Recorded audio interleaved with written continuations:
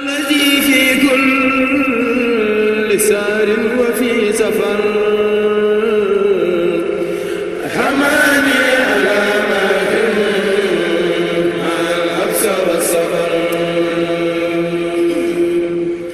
un homme de dialogue. C'est un talibé de Seigne Touba accompli. Il a pardonné à tous ses ennemis. Rappelez-vous comment il a traité le président Abdou Diouf. Il lui a donné son avion, l'avion présidentiel. Il l'a appuyé dans ses projets internationaux. Aujourd'hui donc, c'est ce président Abdoulaye Wade qui est toujours prêt à répondre au dialogue. Mais nous voulons que le dialogue soit un dialogue sincère, que le dialogue ne soit pas un dialogue de circonstances.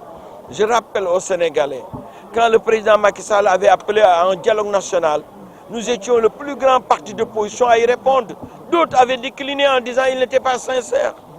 Nous sommes allés à ce dialogue qui a connu une journée pleine d'espoir. Mais après cette journée, on n'a plus parlé. الذي في كل سار وفي سفر